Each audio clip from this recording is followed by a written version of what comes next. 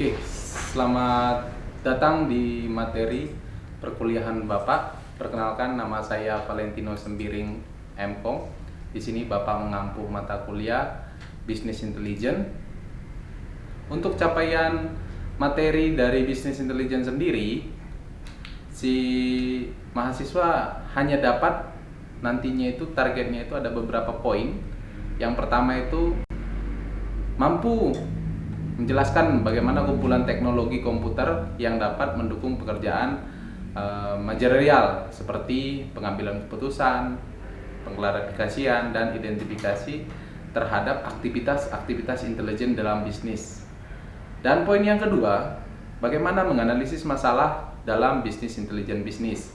Nah, di dalam perusahaan ini kalian akan dapat bagaimana mengatasi masalah terhadap tools bisnis intelijen ini sendiri. Dan poin yang ketiga, bagaimana merancang prototipe sistem informasi untuk strategi intelijen bisnis. Jadi ada 3 poin yang nanti akan dipelajari, yang outputnya itu ada 3 poin yang tadi ya. Oke, selanjutnya kita akan mempelajari bagaimana secara singkat bisnis intelijen ini. Istilah bisnis intelijen ini diciptakan oleh Greater Group pada pertengahan 90-an.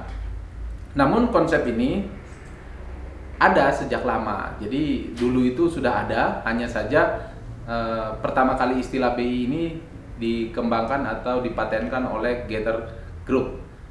Nah, kita dapat melihat bagaimana konsep ini sudah sejak lama itu berjalan. Seperti pada tahun 1970, pelaporan MIS itu sudah dilakukan, seperti laporan statis dan periodik di dalam perusahaan-perusahaan telah melakukan ini. Dan kita lihat juga pada tahun 1980 sistem informasi eksekutif atau yang sering disebut dengan IS itu telah dijalankan. Dan juga pada tahun 1990 juga OLAP telah dikenal oleh banyak perusahaan, yang dimana di dalam OLAP ini terdapat dinamis dan multidimensi terhadap pelaporan sistem seperti ad hoc.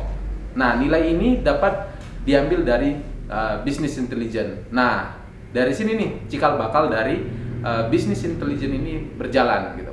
Sehingga pada tahun 2005 adalah BI atau business intelligence yang telah diterapkan dengan bantuan algoritma-algoritma atau sering disebut dengan itu artificial intelligence, dan juga seperti data mining, dan juga dilengkapi dengan beberapa web portal yang sampai sekarang ini telah berkembang. Nah, apa sih business intelligence ini?